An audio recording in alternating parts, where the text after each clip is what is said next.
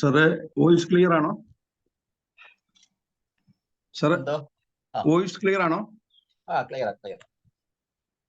Law pitch ആകുകയാണെങ്കിൽ ഒന്ന് പറയണേ, ലോ വോളിയം ആകുകയാണെങ്കിൽ. ഓക്കെ.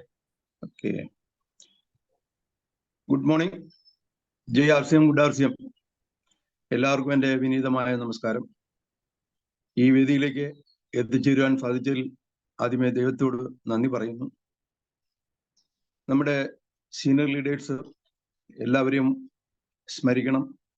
പ്രത്യേകിച്ച് ആർസിഎമ്മിൻ്റെ ഫൗണ്ടർ TCG ഈ ഫാമിലിയെയും ഈ അവസരത്തിൽ നമുക്ക് ഓർക്കാം.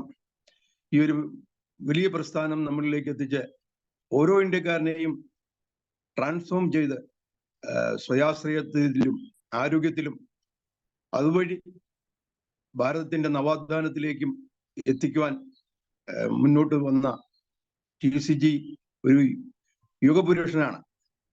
ഇനിയും ഗാന്ധിജിയെ പറ്റി പറയുന്നത്, ഐൻസ്റ്റൈൻ പറഞ്ഞത്, ഒരു 50 വർഷം കഴിഞ്ഞ് ഇങ്ങനെ ഒരു വ്യക്തി ജീവിച്ചിരുന്നുവെന്ന് ആരും വിശ്വസിക്കുകയില്ലെന്നാണ് എന്ന് പറഞ്ഞ പോലെയാണ് TCG. സെക്കൻഡ് ഗാന്ധി എന്നറിയപ്പെടുന്നു. നമ്മുടെ എല്ലാം റോൾ മോഡലാണ്, മെന്ററാണ്. അതുപോലെ നമ്മുടെ സീനിയർ ലീഡേഴ്സിനെ എല്ലാവരെയും ഒന്ന് സ്മരിക്കാം. ലൈൻ ഓഫ് സ്പോൺസേഴ്സ് ഉണ്ട്. നമുക്ക് രവി OP ശർമ്മ ആർസിഎമ്മിന്റെ സ്റ്റാർ ഡയമണ്ട് ആണ്. നമുക്കറിയാം 2019 രവി OP ശർമ്മ സാറ് കേരളത്തിലേക്ക് വന്നു. കോട്ടയത്ത് മണർകാട് എത്തിയിരുന്നു. അന്ന് അദ്ദേഹത്തെ മീറ്റ് ചെയ്തതിന്റെ സ്മരണകൾ അയവിറക്കട്ടെ. അദ്ദേഹം നമുക്കറിയാവുന്ന പോലെ ഇപ്പോൾ ഏകദേശം 74 ലക്ഷം രൂപയുടെ വരുമാനം ഒരു മാസം വാങ്ങിക്കുന്നുണ്ട്. നമുക്കറിയാം ആർസിഎമ്മിന്റെ പ്ലാൻ ബുക്ക് അനുസരിച്ച് സ്റ്റാർ ഡയമണ്ടിന്റെ വരുമാനം 50 ലക്ഷം രൂപയേ ഉള്ളൂ. അതുപോലെ തന്നെ നമുക്ക് ഡോക്ടർ സുരേന്ദ്ര വാഡ്ജി ഉണ്ട്, അദ്ദേഹത്തെ ഓർക്കാം. അദ്ദേഹത്തിന്റെ വരുമാനം നമുക്കറിയാം 50 ലക്ഷം രൂപയാണ്. പക്ഷെ അദ്ദേഹത്തിന്റെ പ്ലാൻ ബുക്ക് അനുസരിച്ച് നമുക്ക് 25 ലക്ഷം രൂപയേ ഉള്ളൂ. ആർസിഎമ്മിന്റെ സ്ട്രെങ്ത് ആണ് ഇത് കാണിക്കുന്നത്. ആർസിഎമ്മിൽ വരുമാനത്തിന് ലിമിറ്റ് ഇല്ല, അൺലിമിറ്റഡ് ഇൻകം ആണ് ആർസിഎം പ്രോമിസ് ചെയ്യുന്നത്. അതിന്റെ ഒരു ഭാഗമാകുവാനായിട്ട് നമ്മൾ ഓരോരുത്തർക്കും ഭാഗ്യം സിദ്ധിച്ചിരിക്കുന്നു. ഇത് ഒരു ദൈവനിയോഗമായിട്ട് കണക്കാക്കുക. നമ്മുടെ സീനിയർ ലീഡേഴ്സ് ഒക്കെ പറയുന്ന പോലെ ഇത് നമ്മുടെ പൂർവികർ ചെയ്ത പുണ്യത്തിന്റെ ഒരു പുണ്യമാണ് നമ്മൾ അനുഭവിക്കുന്നത്. നമുക്ക് കേരളത്തിലേക്ക് ഈ പ്രസ്ഥാനം എത്തിച്ച റൂബി ഗോപകുമാർ സാറിനെ സ്മരിക്കാം. സൗത്ത് ഇന്ത്യയുടെ കിങ് മേക്കറാണ് അദ്ദേഹം. അതുപോലെ തെക്കൻ കേരളത്തിന്റെ പടനായകനായ റൂബി ബിനു സാറിനെ ഓർക്കാം. കോട്ടയത്തിന്റെ ശക്തനായ ലീഡർ സ്റ്റാർ എമറാൾഡ് ബാബു സാറിന്റെ ഫാമിലിയെ ഓർക്കാം. അതുപോലെ കോട്ടയത്തിന്റെ എമറാൾഡ് സുഭാഷ് സാറിന്റെ ഫാമിലിയെ ഓർക്കുന്നു. ഒരുപക്ഷെ സാറ് ഈ വേദിയിൽ നമ്മളോടൊപ്പം ഉണ്ടായിരിക്കും. അതുപോലെ തന്നെ കോട്ടയത്തിന്റെ ആർസിഎമ്മിന്റെ തലതൊട്ടപ്പനായ ജോസ് കൈപ്പഴ സാറിനെ വെൽക്കം ചെയ്യുന്നു. അദ്ദേഹം ഈ വേദിയിലുണ്ട് എന്നാണ് എൻ്റെ ബോധ്യം. ജെന്റിൽമാൻ പാർ എക്സലൻസ് എന്ന് ഞാൻ പറയും. ഈ ഒരു ജെന്റിൽമാന്റെ കീഴിൽ വരുവാനുള്ള ഭാഗ്യം നമുക്കുണ്ടായതിൽ നമുക്ക് അഭിമാനിക്കാം. നമ്മുടെ അപ്ലൈൻ ലീഡേഴ്സ് ആയിട്ടുള്ള Thomas K Thomas sir, Preetha madam, Shaila Susan madam, Rachel Shenny madam, Jessy Sebastian madam, നമ്മുടെ new born star platinum Suresh sir, നമ്മുടെ സ്വന്തം ലീഡർ, അദ്ദേഹത്തെയും ഈ വേദിയിലേക്ക് സ്വാഗതം ചെയ്യുന്നു. അതുപോലെ ഈ മല്ലപ്പള്ളി ടീമിന്റെ ശക്തരായ നേതാക്കളായ റെജിമോൻ സാറിനെ, പ്രദീപ് കുമാർ സാറിനെയും സുഭാഷൻ വാഴി സാറിനെയും എല്ലാ ലീഡേഴ്സിനെയും സ്വാഗതം ചെയ്യുന്നു. അതിലൊക്കെ ഉപരിയായിട്ട് നിങ്ങൾ ഓരോരുത്തരുമാണ് ഇന്നത്തെ താരങ്ങൾ. ഈ വേദിയിലേക്ക് എത്തിയ നിങ്ങളെ ഓരോരുത്തരെയും ഹാർദവമായി സ്വാഗതം ചെയ്യുന്നു. പ്രത്യേകിച്ച് നമ്മുടെ അസോസിയേറ്റ്സിനെ എല്ലാവരെയും ഓർക്കുന്നു. അവരുടെയാണ് നമ്മുടെ ശക്തി കേന്ദ്രം. നമ്മളെ ഉയരങ്ങളിലേക്ക് എത്തിക്കുന്നത് നമ്മുടെ അസോസിയേറ്റ്സുമാണ്. നമുക്കറിയാം ലോകം വിജയിച്ചവരുടെയും പരാജയപ്പെട്ടവരുടെയും മൊത്തത്തിൽ ആണ്. അതുപോലെ തന്നെയാണ് ആർസിഎമ്മിലും വിജയിച്ചവരും പരാജയപ്പെട്ടവരും ഉണ്ട്. വിജയിച്ചവർ, ഇന്നത്തെ വിജയിച്ചവർ എല്ലാ കാലവും അങ്ങനെ ആകണമെന്നില്ല, അത് നിലനിൽക്കട്ടെ. പക്ഷെ പരാജയപ്പെട്ടവർ പലരും കാണും, പക്ഷെ അവർ നാളത്തെ വിജയികളായിരിക്കും. അപ്പോൾ ആരെയും നമ്മൾക്ക് കുറച്ച് കാണാൻ സാധിക്കില്ല. നിങ്ങൾ ഓരോരുത്തരും, പ്രത്യേകിച്ച് മല്ലപ്പള്ളി ടീം എന്ന് പറയുന്ന ഞാൻ പറയുകയാണെങ്കിൽ നമ്മുടെ കസിൻസാണ്. ജോസ് കൈപ്പിഴ സാറിന്റെ ടീം ആവുമ്പം നമ്മൾ ഓരോരുത്തരും കസിൻസാണ്. അതുപോലെ ഇന്ന് വേദിയിലിരിക്കുന്ന ഓരോരുത്തരെയും ഹാർദവമായി വെൽക്കം ചെയ്യുന്നു. എൻ്റെ പ്രസന്റേഷനിൽ എന്തെങ്കിലും അപാകതകളുണ്ടെങ്കിൽ അത് സാദരം ക്ഷമിക്കുമെന്ന് കരുതുന്നു. ഞാൻ ഔപചാരികമായിട്ട് എന്നെ ഒന്ന് പരിചയപ്പെടുത്താം. എൻ്റെ പേര് കോര ഫിലിപ്പോസ്. ഞാൻ മണർകാട് താമസിക്കുന്നു. എനിക്ക് വൈഫ്, 2 മക്കളാണ്. മൂത്തയാള് ബാംഗ്ലൂർ സെറ്റിലാണ്. ഇളയ മോനും കുടുംബവും എറണാകുളത്താണ്. ഞാനും വൈഫ് മറിയാമ്മ ഫിലിപ്പോസ്, ഞങ്ങൾ 2 ഇവിടെ ഉള്ളത്. ഞാനൊരു 35 വർഷം ഗൾഫിലെ സേവനം മതിയാക്കി നാട്ടിലെത്തിയതാണ്. നാട്ടിലെത്തിയിട്ട് 10-12 വർഷമായി. ഞാൻ വന്നു കഴിഞ്ഞ് കുറച്ച് ബിസിനസ്, സ്റ്റോക്ക് ട്രേഡിംഗ് ഒക്കെ ചെയ്ത് അതൊരു ലെവലിലെത്തിയപ്പോൾ അത് മതിയാക്കി ആർസിഎമ്മിലേക്ക് ചേക്കേറിയതാണ്. ആർസിഎമ്മിനെ ഞാൻ കണക്കാക്കുന്ന എൻ്റെ ഇളയ മകൻ എന്ന രീതിയിലാണ്. പലരും പല രീതിയിലാണ് ഇതിനെ കാണുന്നത്.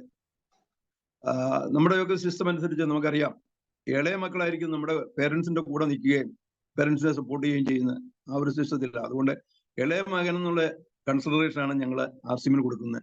ആർസിഎമ്മിൽ ജീവിക്കുകയാണ്. ഈ ഒരു വലിയ പ്രസ്ഥാനത്തിലേക്ക് വരാൻ സാധിച്ചതിൽ ദൈവത്തെ സ്തുതിക്കുന്നു. ഓരോരുത്തരെയോടും നന്ദി പറയുന്നു. നമുക്ക് ഒരു പ്രസ്ഥാനം അല്ലെങ്കിൽ ആർസിഎം, പ്രത്യേകിച്ച് ആർസിഎമ്മിനെ പറ്റി പറയുമ്പോൾ അതിന്റെ 3 P ആണ് നമ്മൾ കണക്കാക്കേണ്ടത്. ഒന്ന്, പ്രൊഫൈൽ വേണം, പ്രൊഡക്റ്റ് വേണം, പ്രോഫിറ്റ് വേണം. ഇതിന്റെ അനലൈസിസിലാണ് നമ്മൾ ഏതൊരു കമ്പനിയും തിരഞ്ഞെടുക്കേണ്ടത്. അപ്പോൾ ഞാൻ ഈ 35 വർഷത്തെ സേവനം കഴിഞ്ഞ് ഇവിടെ വന്നപ്പം പലരും എന്നോട് ചോദിച്ചു, നിങ്ങൾ ഈ ഉപ്പും മുളകും മല്ലിയും ഒക്കെ ആയിട്ട് നടക്കുന്നു, ഇതിന് നിങ്ങൾക്ക് ഇതിന്റെ ആവശ്യമുണ്ടോ? മക്കളൊക്കെ ഒരു നിലയിലൊക്കെ ആയില്ലേ? അപ്പോൾ ഞാൻ അവരോട് ഒരു ചെറിയ കഥയാണ് പറയുന്നത്. ഒരു പട്ടാളക്കാരൻ നാട്ടിൽ വന്നു അവധിക്ക്. അപ്പോൾ അയാളുടെ മക്കൾക്ക് വേണ്ടിയിട്ട് അയാൾ യൂണിഫോം തയ്പ്പിക്കാനായിട്ട് തുണിയൊക്കെ വായിച്ച് ടൈലറിംഗ് ഷോപ്പിൽ ചെന്നു. ടൈലറോട് അളവെടുക്കാൻ പറഞ്ഞു. അളവെടുത്ത് കഴിഞ്ഞപ്പോൾ ആദ്യം ടൈലർ പറഞ്ഞു ഇത് 1.5 മീറ്റർ കുറവുണ്ടല്ലോ എന്ന് പറഞ്ഞു. അപ്പൊ അയാൾക്കൊരു സംശയം തോന്നി. അയാൾ അടുത്തയാളുടെ അടുത്ത് ചെന്നു. അയാൾ അളന്ന് നോക്കിയിട്ട് പറഞ്ഞു ഇത് 2.5 മീറ്ററിന്റെ കുറവുണ്ടെന്ന്. അപ്പൊ അയാൾക്ക് കൺഫ്യൂഷനായി. എന്തായാലും അയാള് ആദ്യത്തെ ടൈലറിന്റെ അടുത്ത് ചെന്ന് ചോദിച്ചു, ഇതങ്ങ് നിങ്ങൾ ഇങ്ങനെ പറയുന്നത്, ഞാനിത് കണക്ക് അനുസരിച്ചാണല്ലോ കൊണ്ടുവന്നത്.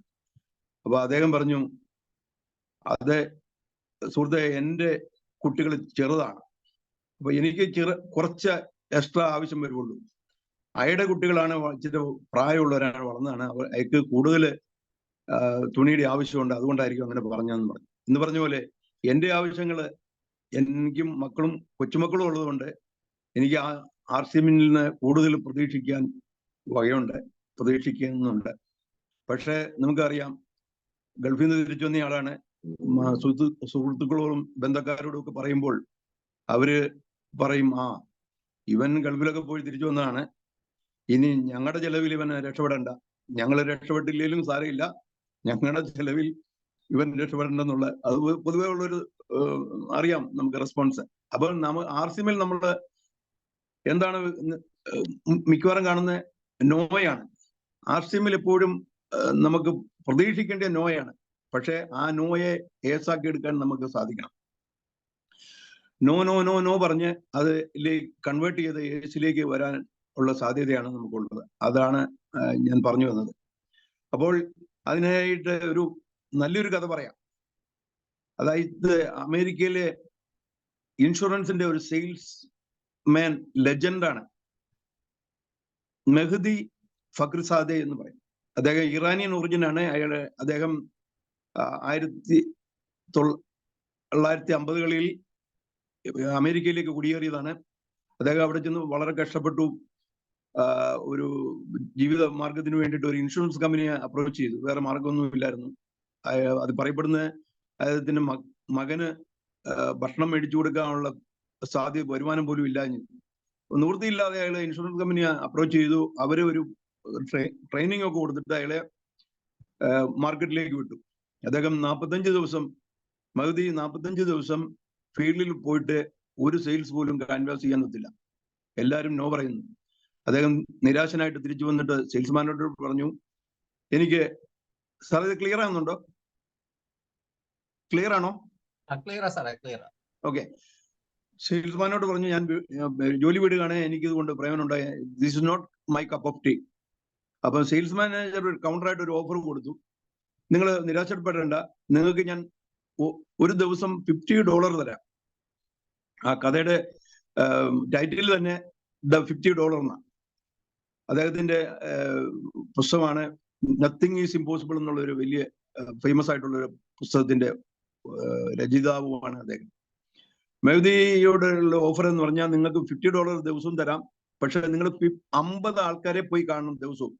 അവരിൽ നിന്ന് 50 നോ എഴുതി വാങ്ങിക്കണം. എഴുതി വാങ്ങിക്കുക എന്ന് പറഞ്ഞാൽ അവരുടെ അഡ്രസ്സൊക്കെ കളക്ട് ചെയ്യണം, അത് എന്നെ ഏൽപ്പിക്കണം, ഞാനത് കൗണ്ടർ വെരിഫൈ ചെയ്യും. അവർ നോ പറഞ്ഞു, ഓക്കെ നിങ്ങൾക്ക് $50 കിട്ടുമെന്ന് പറഞ്ഞു.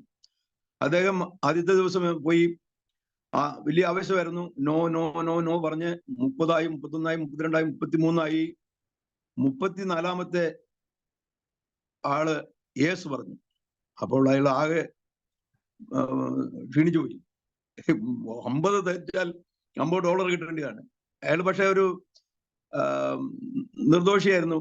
അയാള് തിരിച്ചു വന്ന്, അയാൾ ഇന്നസെന്റ് ആയിട്ടുള്ള ഒരു വ്യക്തി ആയതുകൊണ്ട് അയാൾ തിരിച്ചു വന്ന് ഓഫീസിൽ വന്ന് റിപ്പോർട്ട് ചെയ്തു. ഇദ്ദേഹവുമായിട്ട് കോണ്ടാക്ട് ചെയ്ത് കോൺഫറൻസ് കോളിൽ അവരെ കൺവിൻസ് ചെയ്ത് ആ ഡീൽ ഉറപ്പിച്ചു.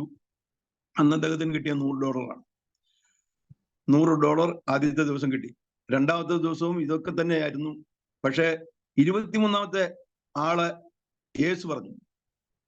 അപ്പോൾ അതൊരു ഫാമിലിയുടെ ഇൻഷുറൻസ് ആയിരുന്നു. അദ്ദേഹം ആ ഡീല് കംപ്ലീറ്റ് ചെയ്തു. അന്ന് $500 അദ്ദേഹത്തിന് കിട്ടിയത്. പിന്നെ ഒരു തിരിഞ്ഞു നോട്ടം ഉണ്ടായിട്ടില്ലെന്ന് അദ്ദേഹം പറയുന്നത്. ജീവിതത്തിൽ എല്ലാ ദിവസവും പോളിസി പുള്ളി കവർ ചെയ്യുമായിരുന്നു. ഏറ്റവും വലിയ ഇൻകം ഏണറായിട്ട് അറിയപ്പെടുന്ന ലെജൻഡാണ് മെഹദി ഫക്ർ സാദ്. അദ്ദേഹം 1922 ജനിച്ചു, 2019 മരിക്കുന്നു. 97 വർഷത്തെ ജീവിതാനുഭവമാണ് അദ്ദേഹത്തിനുള്ളത്. അദ്ദേഹത്തെ കവച്ചു വയ്ക്കാൻ ഇനി ഒരു സെയിൽസ്മാൻ ഉണ്ടാകില്ല എന്നാണ് പറയപ്പെടുന്നത്. അപ്പൊ ഇതെന്താ പറയുന്നതെന്ന് ചോദിച്ചാൽ, നമുക്ക് നോ കിട്ടിക്കഴിഞ്ഞാൽ അത് യേസ് ആയിട്ട് കൺവേർട്ട് ചെയ്യും. ഇന്നല്ലേ നാളെ അത് യേസിലേക്ക് വരുമെന്നുള്ള ഒരു പ്രതീക്ഷ നമുക്കുണ്ടാകണം. ആർസിഎമ്മിൽ ആ വിജയത്തിനുള്ള അടിസ്ഥാനം അത്. അതുപോലെ തന്നെയാണ് നമുക്കറിയാം, ബാബു സാർ പറയുന്നത് പോലെ, നിങ്ങളെ ഡയമണ്ട് ആക്കുന്ന നിങ്ങളുടെ ബന്ധുക്കളും സ്വന്തക്കാരും റിലേറ്റീവ്സ് ഒന്നും ആയിരിക്കില്ല. നിങ്ങളെ ഡയമണ്ട് ആക്കുന്ന സ്ട്രേഞ്ചേഴ്സ് ആയിരിക്കും. അപ്പോൾ നമുക്കുള്ള എല്ലാ ദിവസവും ഒരു ഡയമണ്ടിനെ തപ്പിയുള്ള യാത്രയിലാണെന്ന് ബാബു സാറ് എപ്പോഴും ഓർമ്മിപ്പിക്കാറുണ്ട്. അപ്പോൾ ആർസിഎമ്മിന് നമുക്കറിയാം ഇപ്പം ഒത്തിരി ചേഞ്ചസ് വന്നിട്ടുണ്ട്. സൗരവ് ചബ്ര അതിന്റെ നേതൃത്വം ഏറ്റെടുക്കുകയാണ്. TC ചബ്ര സാറിന്റെ മകനാണ് അദ്ദേഹം. വളരെ ആവേശത്തോടു കൂടിയാണ് അദ്ദേഹത്തിന്റെ ഒരു പ്രസ്താവന ഞാൻ കേട്ടത്. ഇന്ത്യയിലുള്ള ഓരോ വീടുകളിലും ആർസിഎമ്മിന്റെ ഒരു പ്രൊഡക്റ്റിലും എത്തിക്കുക എന്നുള്ള ദൗത്യത്തിലാണ് അദ്ദേഹം. അതുപോലെ പ്രിയങ്ക അഗർവാള് കീസോളിന്റെ സെക്ടറിലും ഓവറോൾ ആർസിഎമ്മിന്റെ വളർച്ചയിലും കൂടെ നിൽക്കുകയാണ്. നമ്മളെ ഓരോരുത്തരെയും കൈപിടിച്ച് ഉയർത്താനുള്ള ഒരു ശ്രമത്തിലാണ് ആർസിഎം. നമ്മളൊക്കെ ഈ ഇരിക്കുന്ന എല്ലാവരും ഇനി വരാൻ പോകുന്നവരും ആർസിഎമ്മിന്റെ പാർട്ട്നേഴ്സ് ആണെന്നുള്ളത് നമുക്കറിയാം. അപ്പോൾ നമ്മളൊരു പാർട്ട്നേഴ്സിന്റെ ഉത്തരവാദിത്തോടു കൂടി ഇത് കൈകാര്യം ചെയ്യുക, വിജയത്തിലേക്ക് എത്തുക എന്നുള്ളതാണ് എനിക്ക് പറയാനുള്ളത്. അപ്പോൾ ആർസിഎമ്മിന്റെ ലക്ഷ്യങ്ങൾ എന്ന് പറഞ്ഞാൽ മനുഷ്യ ജീവിതത്തെ സമ്പൂർണവും ആനന്ദപൂർണവുമാക്കുക എന്നുള്ളതാണ് നമുക്കറിയാം. അപ്പൊ അതിനേക്കുള്ള ഒരു വഴിത്താരയാണ് നമുക്ക് ലീഡേഴ്സ് വെട്ടി തുറന്നിട്ടിരിക്കുന്നത്. അപ്പൊ കുറച്ച് പ്രൊഡക്ട്സ് പറഞ്ഞുകൊണ്ട് നമുക്ക് തുടങ്ങാം. അതായത് നമുക്ക് ഏറ്റവും ഫെമിലിയർ ആയിട്ടുള്ള ഹെൽത്ത് ഗാർഡ് ഓയിൽ, ആർസിഎമ്മിന്റെ ഹെൽത്ത് ഗാർഡ് ഓയിലിനെ പറ്റിയാണ് ഞാൻ കുറച്ച് പോയിന്റ് പറയുന്നത്. അത് നമുക്കൊരു സെയിൽസ് ടിപ്പായിട്ട് മാത്രം കണക്കാക്കിയാൽ മതി. നമുക്കറിയാവുന്നതാണ്, ഹെൽത്ത് കാർഡിനെ പറ്റി ആയിരം പ്രസന്റേഷൻ നമ്മൾ കണ്ടിട്ടുള്ളതാണ്. അതിൽ ഏറ്റവും ആദ്യം പറയാനുള്ളത് ഇതിന്റെ ഫ്യൂമിംഗ് പോയിന്റ് ആണ്. നമുക്കറിയാം ഫ്യൂമിംഗ് പോയിന്റ് 254 ഡിഗ്രി സെൽഷ്യസ് ആണ്. വേറെ ഒരു എഡിബിൾ ഓയിലും ഇത്രയും ഫ്യൂമിംഗ് പോയിന്റ് ഉണ്ടാകില്ല. എല്ലാ എണ്ണകളും 200 ഡിഗ്രി സെൽഷ്യസ് താഴെയാണ് ഫ്യൂമിംഗ് പോയിന്റ്. അപ്പോൾ ട്രാൻസ്ഫാറ്റി ആസിഡ് ഉണ്ടാകാനുള്ള സാധ്യത എല്ലായിടത്തും, പ്രത്യേകിച്ച് റീയൂസ് ചെയ്യുമ്പോൾ ട്രാൻസ്ഫാറ്റി ആസിഡ് ഉണ്ടാകുന്നുണ്ട്.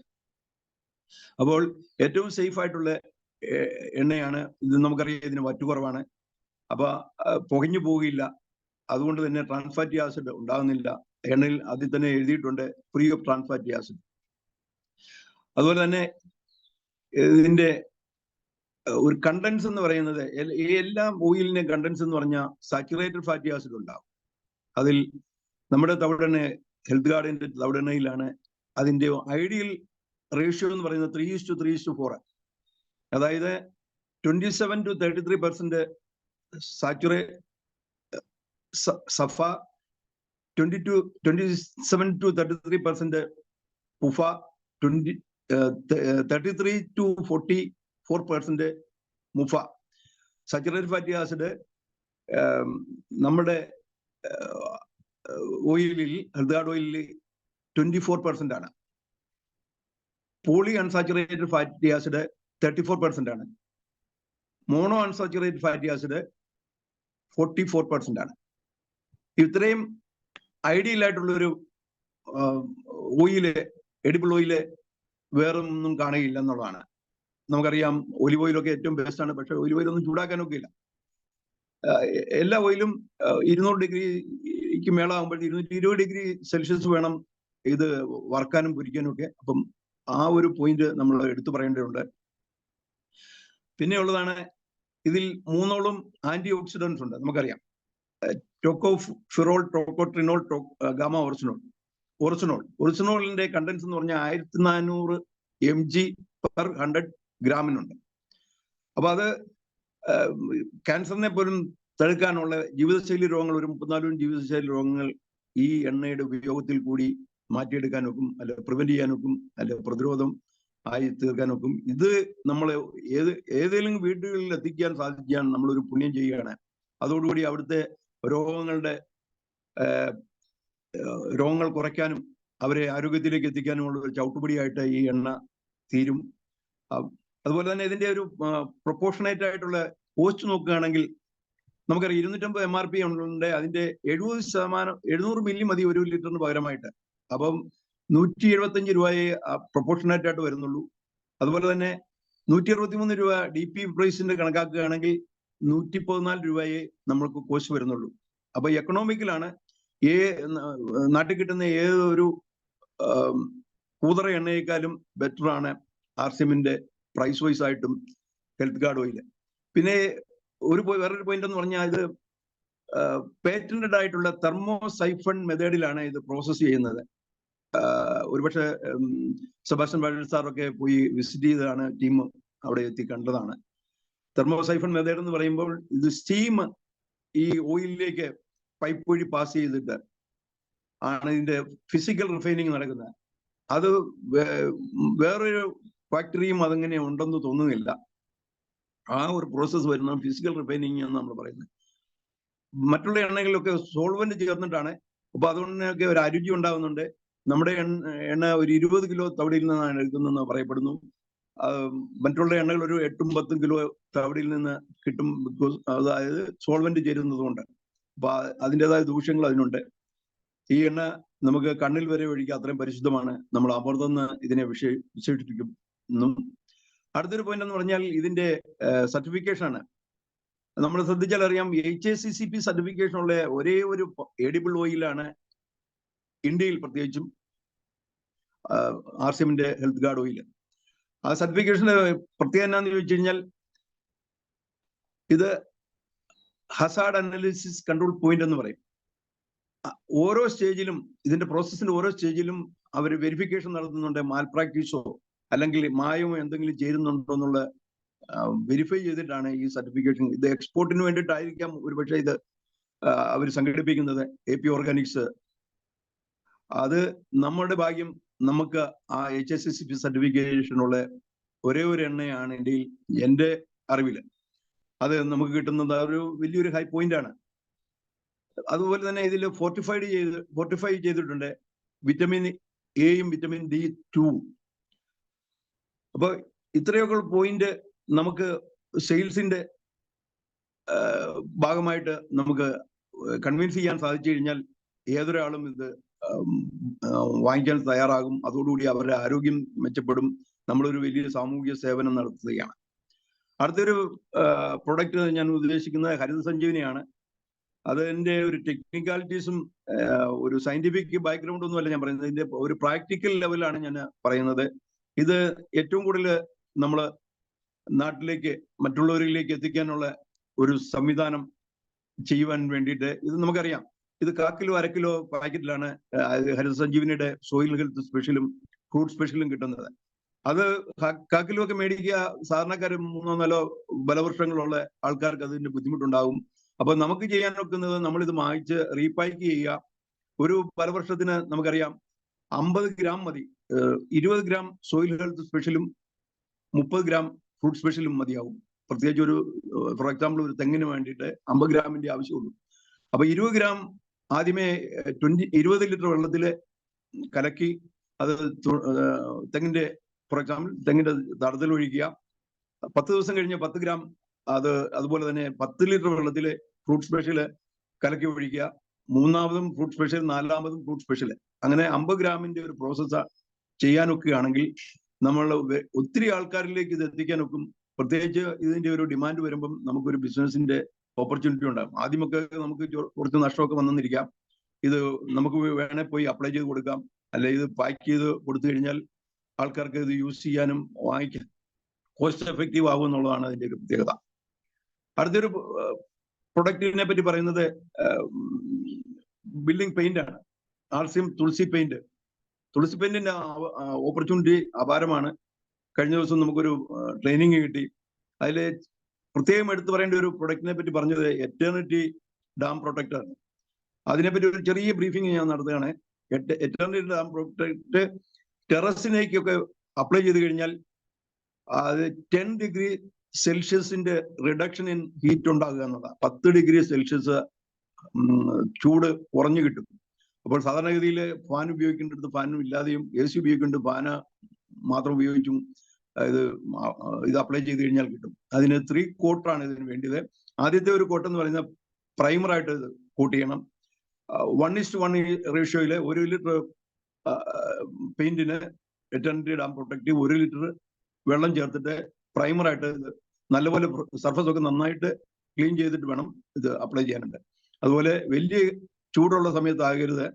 ഒരു 10 മണിക്കുള്ളിലായിട്ട് ഒരു കോട്ട് അപ്ലൈ ചെയ്ത് കഴിഞ്ഞാൽ ഈവനിങ്ങിലേക്ക് ഒരു 4-5 മണിക്കൂറിന്റെ ക്യൂറിങ് ടൈം കൊടുക്കണം.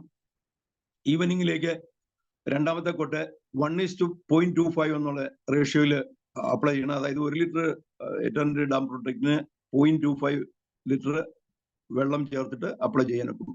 അപ്പൊ അത് അപ്ലൈ ചെയ്യുമ്പോൾ പ്രത്യേകം ശ്രദ്ധിക്കേണ്ട ടോപ്പ് ടു ബോട്ടം ആണ് ആദ്യമേ അപ്ലൈ ചെയ്തെങ്കിൽ നെക്സ്റ്റ് കോട്ട് 3-ാമത്തെ കോട്ട് വരുമ്പോഴത്തേക്ക് ലെഫ്റ്റ് ടു റൈറ്റ് എന്നുള്ള ആ രീതിയിലായിരിക്കണം അത് അപ്ലൈ ചെയ്യേണ്ടത്. അതും ഈ വലിയ ചൂട് ഉള്ള സമയത്ത് അപ്ലൈ ചെയ്യാൻ പാടില്ല. അപ്പൊ അതിന്റെ സാധ്യതകൾ വളരെയാണ്. അതുപോലെ തന്നെ എറ്റേണിറ്റി ഡാം പ്രൊട്ടക്ട് നമുക്ക് വാട്ടർ ടാങ്കിന് കറുത്ത വാട്ടർ ടാങ്കിന് യൂസ് ചെയ്യാൻ ഒക്കും. ഒരു കണക്കനുസരിച്ച് 500 ലിറ്ററിന്റെ വാട്ടർ ടാങ്കിന് 3 ലിറ്റർ എറ്റേണിറ്റി ഡാം പ്രൊട്ടക്ട് മതിയാവും 2 കോട്ട് അടിക്കാനായിട്ട്. അതിൽ പ്രൈമറായിട്ട് യൂസ് ചെയ്യേണ്ട ആവശ്യമില്ല, 2 കോട്ട് മതി എന്നുള്ളതാണ് എൻ്റെ ഒരു അറിവ്. ഇത് നമുക്ക് വലിയ ഒരു അവസരങ്ങളാണ് നേടിത്തരുന്നത്. നമുക്കറിയാം ഇന്ത്യൻ പെയിന്റ് ഇൻഡസ്ട്രി എന്ന് പറഞ്ഞാൽ ഇപ്പം 60,000 കോടിയുടെ ബിസിനസ്സാണ് ഇന്ത്യയിൽ നടക്കുന്നത്. അത് 2025 ആകുമ്പോഴത്തേക്ക് 1 ലക്ഷം കോടിയുടെ ബിസിനസ്സിലേക്ക് എത്തിച്ചേരുന്നുണ്ട്. അതിൽ നമുക്കറിയാവുന്ന പോലെ ഏറ്റവും മേജറായിട്ടുള്ള പ്ലേയേഴ്സ് ഏഷ്യൻ പെയിന്റ്സും ബർജറും നെറോലാക്കുമാണ്. അവര് 65% കൈയാളുന്നുണ്ട്. അതിൽ RCM തുളസി പെയിന്റിന്റെ ഒക്കെ പെർസെന്റേജ് എന്ന് പറഞ്ഞാൽ <1% ആണ്. അപ്പൊ <1% ഉള്ള തുളസി പെയിന്റ് നാളെ പിറ്റുന്ന ഒരു 10%-ലേക്കൊക്കെ വരുമ്പോഴത്തേക്ക് നമ്മളൊക്കെ മില്യണേഴ്സ് ആകുമെന്നുള്ളതിന് സംശയമൊന്നുമില്ല. അപ്പോൾ ഇതിനോട് ചേർന്ന് നിൽക്കാനുള്ള ഒരു നമുക്ക് അവസരം ഉണ്ടാകട്ടെ. ഏഷ്യൻ പെയിന്റിന്റെ കപ്പാസിറ്റി ഇപ്പം പറയുകയാണെങ്കിൽ 1700 മില്യൺ ലിറ്റേഴ്സ് ആണ്. അപ്പോൾ ഇനിയിപ്പോ ഒരു പുതിയ ബിസിനസ്സുകാർ വരുന്നുണ്ട്. ആദിത്യ ബിർള ഗ്രൂപ്പ്. നമുക്കറിയാം ബിർള ഗ്രൂപ്പ് ഏറ്റവും ഫേമസ് ആയിട്ടുള്ള ബിർള ഗ്രൂപ്പ് ആദ്യമായിട്ട് ഇന്ത്യൻ പെയിന്റ് ഇൻഡസ്ട്രിയിലേക്ക് വരികയാണ്. അവര് വലിയൊരു ബിഗ് ബാങ്ക് ആയിട്ട് 4-5 ഫാക്ടറി ആയിട്ട് വരികയാണ്. 10,000 crores ആണ് അവർ ഇൻവെസ്റ്റ് ചെയ്യാൻ തയ്യാറാകുന്നത്. അതിന്റെ ഒരു കമ്പാരിസൺ പറയുകയാണെങ്കിൽ തേർഡ് ലാർജസ്റ്റ് ആയിട്ടുള്ള ഇപ്പോഴത്തെ JSW സ്റ്റീൽ 1700 കോടിയിൽ സ്റ്റാർട്ട് ചെയ്തു. 1000 കോടിയാണ് ഇൻവെസ്റ്റ് ചെയ്യാൻ ഇപ്പം തയ്യാറായി നിൽക്കുന്നത്. അപ്പൊ ആ സമയത്താണ് ആദിത്യ ബിർള ഗ്രൂപ്പ് 10,000 crores ഇൻവെസ്റ്റ്മെന്റുമായിട്ട് വരുന്നത്. അതിന്റെ പ്രധാന കാരണം എന്ന് പറഞ്ഞാൽ ഇന്ത്യ ലോകത്തിലെ 3ാമത്തെ ഏറ്റവും വലിയ കൺസ്ട്രക്ഷൻ രാജ്യമായിട്ട് 2025 മാറുമെന്നുള്ളതാണ്. അപ്പോൾ ഇതിന്റെ അവസരങ്ങൾ നമുക്ക് ഊഹിക്കാവുന്നതേ ഉള്ളൂ. അതിലേക്ക് നമ്മൾ ഒരു പ്രൊമോഷൻ കൊടുക്കണം. നമുക്കും നമ്മുടെ ഭാവിക്കും അത് നല്ലതായിരിക്കും. അതിൽ ഇച്ചിരി ടെക്നിക്കൽ ക്വാളിറ്റി ഒക്കെ ഉണ്ടെങ്കിൽ തന്നെ നമുക്ക് പഠിച്ചെടുക്കാവുന്നതേ ഉള്ളൂ. നമുക്ക് ട്രെയിനിങ് ഒക്കെ കിട്ടാറുണ്ട്. അതിലേക്കും ഏവരെയും സ്വാഗതം ചെയ്യുന്നു. ഇത്രയും ഒരു പ്രൊഡക്റ്റിനെ പറ്റി പറയുന്നു. പ്രൊഫൈല് ഞാൻ പറഞ്ഞു കഴിഞ്ഞു. നമ്മുടെ കമ്പനി പുതിയൊരു പേരിലാണ് ഇനിയും അറിയപ്പെടുന്നത്. RCM consumer product private limited. അത് ഒരു സ്വന്തം കാലിൽ നിൽക്കുക എന്നുള്ള നമുക്കൊക്കെ ഇപ്പോൾ ഇതുവരെ നമ്മൾ പറഞ്ഞുകൊണ്ടിരുന്ന ഫാഷൻ ഷൂട്ടിംഗ് പ്രൈവറ്റ് ലിമിറ്റഡ് ആണ് പേരന്റ് കമ്പനി എന്നൊക്കെ പറഞ്ഞ് ഒത്തിരി സ്റ്റോറി പറയേണ്ടതാണ്. ഇപ്പൊ സ്ട്രേറ്റ് അവേ നമുക്ക് പറയാം ഇതൊരു കൺസ്യൂമർ പ്രൊഡക്ട്സ് കമ്പനിയാണ്. ഇത് കടലിൽ കിടക്കുകയാണ്. നമുക്കറിയാം RCM ബിസിനസ് എന്നുള്ള അതിന്റെ അഡ്രസ് www.RCM വേൾഡ് എന്നുള്ള ഇതിലേക്ക് ഇത് മാറുകയാണ്. അപ്പൊ അതിന്റെ ടാഗ് ലൈൻ റിജ്വാൻ സാർ പറഞ്ഞു, transforming lives with power of values. വലിയൊരു കാര്യമാണ്. ഓരോ RCMന്റെ പ്രവർത്തനത്തിലും ഒരു വാല്യൂ കൽപ്പിച്ചിട്ടാണ് പ്രവർത്തിക്കുന്നത്. അതുകൊണ്ട് ഓരോ ഇന്ത്യക്കാരന്റെയും വളർച്ചയിൽ RCMന് ഒരു പങ്ക് ഉള്ള ഒരു കാലഘട്ടമാണ് ഇനി വരാനിരിക്കുന്നത്. ഇത് RCMന്റെ പ്രൊഡക്ട്സ് കടൽ കടന്ന് പോകുമ്പോഴത്തേക്ക് നമ്മുടെയൊക്കെ ഈ ഇൻകം വളരെയധികം വർദ്ധിക്കുമെന്നുള്ളത് നമുക്ക് തീർച്ചപ്പെടുത്താം. അതിനുള്ള അവസരങ്ങൾ നമുക്ക് ഏവർക്കും ഉണ്ടാകട്ടെ. അപ്പൊ ഇതൊക്കെയാണെങ്കിൽ തന്നെ നമുക്ക് RCMൽ നിലനിൽക്കണമെങ്കിൽ ഒത്തിരി സഫറിങ്സ് ഉണ്ടാകണം, ഒത്തിരി പേഷ്യൻസ് ഉണ്ടാകണം. നമ്മൾ ക്ഷമയുടെ നെല്ലിപ്പലക കാണണമെന്ന് പറയും. അതിനൊരു എക്സാമ്പിളും കൂടെ പറഞ്ഞ് ഞാനിത് കൺക്ലൂഡ് ചെയ്യാനായിട്ട് ആഗ്രഹിക്കുന്നു. നമുക്കറിയാം ഗുരുവായൂർ അമ്പലത്തില് 1560 തൊട്ട് 1646 വരെ ജീവിച്ചിരുന്ന ഒരു വലിയ വ്യക്തിത്വമാണ് മേൽപ്പട്ടൂർ നാരായൺ ഭട്ടതിരി. അദ്ദേഹം ഗുരുവായൂരപ്പന്റെ ഏറ്റവും വലിയ ഭക്തനായിരുന്നു. അദ്ദേഹത്തിന് ഭഗവാൻ ഇടയ്ക്കിടെ ദർശനം വരെ കൊടുക്കുന്നുണ്ടായിരുന്നു. അദ്ദേഹത്തിന്റെ ഏറ്റവും ഫേമസ് ആയിട്ടുള്ള കൃതിയാണ് നാരായണീയം. ലോർഡ് കൃഷ്ണയുടെ അമ്പലങ്ങളിൽ നാരായണീയം എപ്പോഴും ആവർത്തിച്ച് ചെല്ലുന്നതാണ്. ആ നാരായണം ഏറ്റവും ഫേമസ് ആണ്. അദ്ദേഹം അതിനെപ്പറ്റി പറയപ്പെടുന്നത്, അദ്ദേഹം മേൽപ്പട്ടൂർ നാരായണ ഭട്ടതിരി നാരായണീയം 100 ദിവസം കൊണ്ടാണ് എഴുതി തീർത്തത്. അദ്ദേഹത്തിന് ഒരു നടുവേദന ഉണ്ടായിരുന്ന ഇത് സമർപ്പിച്ചു കഴിഞ്ഞു, ഭഗവാന് ഇത് സമർപ്പിച്ചു കഴിഞ്ഞപ്പോൾ ആ നടുവേദന മാറി എന്നാണ് പറയപ്പെടുന്നത്. അങ്ങനെ ഇരിക്കുമ്പോഴാണ് മേൽപ്പട്ടൂർ ഭട്ടതിരിക്ക് ഒരു വയറുവേദന ഉണ്ടായി. അദ്ദേഹം കലശലായ വയറുവേദനയായി. അടുത്ത പ്രാവശ്യം ഭഗവാൻ ദർശനം കൊടുത്തപ്പോൾ പറഞ്ഞു, ഭഗവാനെ എനിക്ക് വയറുവേദനയാണ്, ഒന്ന് മാറ്റിത്തരണമെന്ന് പറഞ്ഞു. ഭഗവാൻ അത് ചിരിച്ചിട്ട് പറഞ്ഞു, സാരമില്ല മേൽപ്പട്ടൂരെ, അത് നമുക്ക് ശരിയാക്കാം, അത് അല്പം ക്ഷമിക്കുക. അങ്ങനെ പറഞ്ഞു പോയി. എന്നിട്ടും ഈ വയറുവേദന മാറിയില്ല. പിന്നെയും വയറുവേദന കലശലായി. അടുത്ത ദർശനത്തിലും ഇത് തന്നെ ഭഗവാൻ ആവർത്തിച്ചു, നിങ്ങൾ ഒന്ന് ക്ഷമിക്കൂ മേൽപ്പട്ടൂരെ, ഞാനത് ശരിയാക്കാം, ഞാനത് ആലോചിച്ചുകൊണ്ടിരിക്കുകയാണ് എന്ന് പറഞ്ഞു. അപ്പോൾ ഇതൊക്കെ ആയിട്ടും വയറുവേദന മാറാത്തപ്പോൾ അദ്ദേഹം അടുത്തൊരു ദേവി ക്ഷേത്രത്തിലേക്ക് പോയി. ദേവിയെ കണ്ടു. ദേവി ചോദിച്ചു, എന്താ മേൽപ്പട്ടൂരെ, എന്താ പതിവില്ലാതെ? അപ്പോൾ ദേവിയോട് സങ്കടം ഉണർത്തിച്ചു. അപ്പം ദേവി ചോദിച്ചു, അതിനാ ഗുരുവായൂരപ്പൻ കനിഞ്ഞില്ലേ? ഇല്ല, അദ്ദേഹത്തോട് ഞാൻ പലവട്ടം പറഞ്ഞെങ്കിലും അദ്ദേഹം അത് ഉൾക്കൊണ്ടില്ല. അദ്ദേഹം ക്ഷമിക്കാനാണ് പറയുന്നത്, പക്ഷെ എനിക്കിത് സഹിക്കാനാകുന്നില്ല എന്ന് പറഞ്ഞു. ദേവി ക്ഷിപ്രസാദിയാണ്.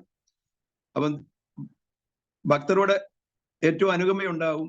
ദേവി പറഞ്ഞു, സാരമില്ല മേൽപ്പെട്ടവരെ പൊയ്ക്കൊള്ളൂ എന്ന് പറഞ്ഞു. അദ്ദേഹം തിരിച്ചു പോന്നു. വയറുവേദന മാറി. അടുത്ത വേള ഗുരുവായൂരപ്പൻ പ്രത്യക്ഷപ്പെട്ടപ്പോൾ മേൽപ്പെട്ടൂരിനെ കണ്ടു, വളരെ സന്തോഷത്തിലിരിക്കുന്നു. അദ്ദേഹത്തോട് ചോദിച്ചു, എന്താ മേൽപ്പെട്ടൂര് വലിയ സന്തോഷത്തിലാണല്ലോ? അപ്പൊ അദ്ദേഹം കാര്യം പറഞ്ഞു, ഞാന് വയറുവേദന മാറി, ദേവിയെ കണ്ടു, ദേവി അത് അനുഗ്രഹിച്ചെന്ന് പറഞ്ഞു. അപ്പം ഭഗവാൻ പറഞ്ഞു, ചതിച്ചല്ലോ നാരായണ, ഞാൻ നിങ്ങൾക്ക് മോക്ഷം തരുവാനാണ് ആലോചിച്ചിരുന്നത്. അതിനുവേണ്ടി നിങ്ങൾ കുറച്ചുകൂടെ ഒന്ന് ഇമ്പ്രൂവ് ആകേണ്ടി ഉണ്ടായിരുന്നു. നിങ്ങൾ വലിയ സ്കോളറാണ്, നാരായണീയം ഒക്കെ എഴുതി വലിയ ഫേമസ് ആണ്. പക്ഷെങ്കിൽ നിങ്ങൾ ഒത്തിരി ഇമ്പ്രൂവ് ആകാനുണ്ട്. നിങ്ങൾ കുറച്ചുകൂടിയൊക്കെ ഈ വരുന്ന ഭക്തരെ കരുതേണ്ടതുണ്ട്, അവർക്ക് ഭക്ഷണം കൊടുക്കേണ്ടതുണ്ട്. അങ്ങനെയൊക്കെയുള്ള ഒരു അവസരമാണ് ഞാൻ നിങ്ങൾക്ക് തന്നത്. നിങ്ങളത് തൊലച്ചു കളഞ്ഞല്ലോ. ഇനി നിങ്ങൾ ഒരു 3 ജന്മം ജനിക്കും. അതിൽ ആദ്യം ഒരു പൂവായിട്ട് ജനിക്കും. അത് ഒന്നെങ്കിൽ വാടിപ്പോവും, അല്ലെങ്കിൽ ആരെങ്കിലും അത് പറിച്ചു കളയും. അത് കഴിഞ്ഞ് നിങ്ങളൊരു പാമ്പായിട്ട് ജനിക്കും. അത് ആരെങ്കിലും അതിനെ തല്ലിക്കൊല്ലും കുറച്ചു കാലം കഴിയുമ്പോൾ. അത് കഴിഞ്ഞ് നിങ്ങളൊരു കാളയായി ജനിക്കും. അത് അയ്യമ്മാന്റെ അടിയും ഒക്കെ കൊണ്ട് എത്ര കാലം കഴിയുമെന്ന് അറിയില്ല. നിങ്ങൾക്ക് എന്നാ മോക്ഷം കിട്ടുമെന്ന് എനിക്ക് പറയാനൊക്കെയില്ലെന്ന്. ഇതിന്റെ ഒരു ഉദാഹരണം പറഞ്ഞത് എന്താന്ന് പറഞ്ഞാൽ, നമ്മള് വളരെ ക്ഷമയുള്ളവരായിട്ടാണെങ്കിൽ RCM വിജയിക്കാൻ ഒക്കുള്ളൂ എന്നുള്ളതാണ്. അപ്പൊ നമ്മൾ ഓരോരുത്തരും വ്യക്തിത്വ വികസനമാണ്. TCG പറയുന്നത്, നിങ്ങൾ ഓരോരുത്തരും നല്ല മനുഷ്യരാകുക, നിങ്ങൾ നല്ലത് പ്രവർത്തിച്ച് RCM പണം നിങ്ങളെ തേടിയെത്തുമെന്നാണ് പറയുന്നത്. അപ്പോൾ ഇതിനുള്ള ഇതെല്ലാം ഉൾക്കൊണ്ടുകൊണ്ട് നമുക്ക് ഓരോരുത്തർക്കും മുന്നേറാൻ സാധിക്കട്ടെ എന്ന് പറഞ്ഞുകൊണ്ട് ഞാൻ എൻ്റെ വാക്കുകളെ ചുരുക്കട്ടെ. നന്ദി, നമസ്കാരം. ജയ് RCM, good RCM. Thank you all.